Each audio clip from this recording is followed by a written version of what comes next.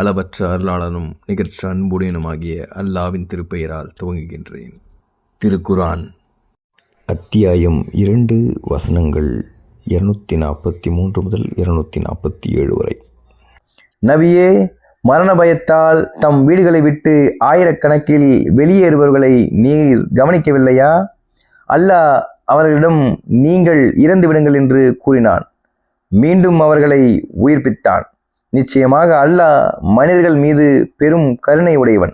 ஆனால் மனிதர்களில் பெரும்பாலானோர் நன்றி செலுத்துவதில்லை. மூமின்களே, நீங்கள் அல்லாஹ்வின் பாதையில் போரிடுங்கள்.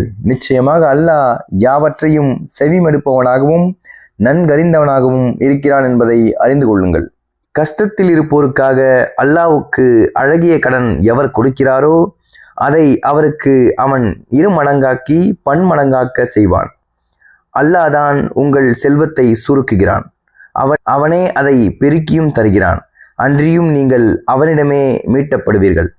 நபியே, மூசாவுக்கு பின் இஸ்ரவேல் மக்கள் தலைவர்களை நீர் கவனித்தீரா? அவர்கள் தம் நபியிடம், நாங்கள் அல்லாஹ்வின் பாதையில் போரிடுவதற்காக ஒரு அரசனை ஏற்படுத்துங்கள் என்று கூறிய பொழுது, அவர் போர் செய்தல் உங்கள் மீது கடமையாக்கப்பட்டால் நீங்கள் போரிடாமல் இருந்து விடுவீர்களா என்று கேட்டார். அதற்கு அவர்கள், எங்கள் மக்களையும் எங்கள் வீடுகளையும் விட்டு நாங்கள் வெளியேற்றப்பட்ட பின் அல்லாஹ்வின் பாதையில் நாங்கள் போரிடாமல் இருக்க எங்களுக்கு என்ன வந்தது என கூறினார்கள். எனினும் போரிடுமாறு அவர்களுக்கு கட்டளையிடப்பட்ட பொழுது அவர்கள் ஒரு சிலரை தவிர மற்றவர் எல்லோரும் புறமுதுகு காட்டி திரும்பிவிட்டனர். இவ்வாறு அக்கிரமம் செய்வோரை அல்லாஹ் நன்கறிவான். அவர்களுடைய நபி அவர்களிடம், நிச்சயமாக அல்லாஹ் தாலூத்தை உங்களுக்கு அரசனாக அனுப்பியிருக்கிறான் என்று கூறினார். அதற்கு அவர்கள், எங்கள் மீது அவர் எப்படி அதிகாரம் செலுத்த முடியும்? அதிகாரம் செலுத்த அவரை விட நாங்கள் தாம் தகுதியுடையவர்கள். மேலும் அவருக்கு நீண்ட செல்வமும் கொடுக்கப்படவில்லையே என்று கூறினார்கள். அதற்கு அவர், நிச்சயமாக அல்லாஹ் உங்களை விட மேலாக அவரையே தேர்ந்தெடுத்திருக்கிறான். இன்னும் அறிவாற்றலிலும் உடல் வலிமையிலும் அவருக்கு அதிகமாக வழங்கியுள்ளான்.